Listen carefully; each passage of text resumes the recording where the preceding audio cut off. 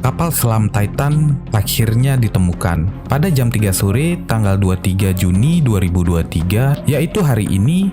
Kabar yang sangat mengejutkan akhirnya terdengar dari submarin Titan. In consultation with experts from within the Unified Command, the debris is consistent with the catastrophic loss of the pressure chamber. Upon this determination, we immediately notified the families. Setelah 4 hari, kepala gugus tugas multinasional akhirnya menemukan apa yang mereka percayai sebagai puing dari kapal Titan. Mereka telah menghabiskan banyak waktu, tenaga, dan dana yang sangat besar dalam pencarian 5 orang yang berada di dalam kapal selam Titan. Mereka sudah menggunakan pesawat, kapal selam, robot bawah laut, bahkan remote control ROV yang dapat menyelam ke kedalaman laut di mana tempat kapal legendaris Titanic berada. Namun setelah biaya yang sangat mahal dan melelahkan, akhirnya Titan dinyatakan hancur berkeping-keping di dalam laut. Essentially, we found 5 different major pieces of debris that told us that it was the remains of the Titan. Sebuah robot bawah laut atau ROV yang dapat menjelajah ke dasar laut persis di mana reruntuhan kapal Titanic berada menemukan sesuatu. The initial thing we found was the nose cone, which was outside of the pressure hull. Dan setelah itu mereka telah menemukan puing-puing besar di dekat puing-puing lainnya. Setelah mereka menganalisis puing-puing tersebut dan membandingkannya dengan spesifikasi desain kapal selam Titan, mereka akhirnya mempercayai kecocokannya. Shortly thereafter, we found a second smaller debris field. Within that debris field, we found the other end of the pressure hull, the aft end bell, which was basically comprised of the totality of that pressure vessel. Semua yang mereka temukan sesuai dengan komponen yang digunakan untuk membangun kapal selam Titan. Mereka juga dapat mendefinisikan kronologi bagaimana kapal selam itu bisa tenggelam. Submarin tenggelam bukan karena kebocoran kecil yang membuatnya tenggelam perlahan, melainkan perubahan tekanan udara secara tiba-tiba.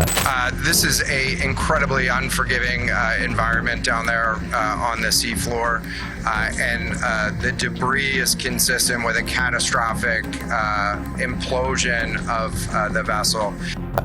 Tekanan bawah laut adalah suatu tekanan atau dorongan atau gaya tekan yang terjadi saat kita turun semakin dalam ke bawah laut. Dan kapal selam Titan berada atau sedang dalam perjalanan ke 13.000 kaki di bawah permukaan laut. Saat kita menyelam semakin jauh, tekanan laut akan semakin menekan lambung kapal ribuan ton per inci persegi. Jika kita analogikan sebagai berat suatu benda, tekanan ini sama dengan berat dari gedung Empire State yang menekan lambung kapal dari semua sisi dan terus meningkat semakin dalam kita menyelam. Taken a regular styrofoam coffee cup and that's then strapped to the outside of the submersible in a net bag. And when we eventually come up topside and recovered, the actual same coffee cup is basically a that side. Yang menjadi pertanyaan saat ini adalah bagaimana kejadian seperti itu bisa terjadi. Mengingat yang membangun kapal selam ini adalah ahli metal. Banyak orang ahli yang menyebut bahwa CEO dari OceanGate sangatlah ambisius dan ceroboh, terlebih dari segi keamanan kapal selam yang mereka bangun. Bahan yang mereka gunakan tidak pernah digunakan di pembuatan kapal selam lainnya. Dia dikatakan saat membangun kapal selam OceanGate sangat minim dari segi keamanan penumpang. Terlebih dari kemudi kapal yang menggunakan joystick yang telah menjadi banyak sorotan. Namun, apakah benar demikian? This was a catastrophic implosion of the vessel, which would have generated a significant broadband sound down there that the sonar buoys would have picked up. Sebenarnya yang menjadi ketakutan publik, terlebih lagi para keluarga dari para korban, adalah bagaimana mereka menuju kematiannya. Kita semua membayangkan bahwa 5 orang yang berada dalam tabung yang berukuran sangat kecil dengan sedikit bahan makanan, sangat gelap karena matahari tidak dapat menembus kedalaman laut, suhu yang sangat dingin, hanya ada satu jendela, namun bahkan kita tidak dapat melihat apapun dari dalam, dan persediaan oksigen yang semakin menipis. Mereka akan mati perlahan dengan kengerian yang sangat tinggi. Namun dari apa yang ditemukan para penyelamat dapat menyimpulkan bahwa kapal selam itu meledak seketika, membuat para penumpang di dalamnya tidak dapat merasakan apapun dalam waktu sekejap. Namun, apakah semua ini benar seperti yang mereka katakan? Apakah kejadian ini murni kecelakaan?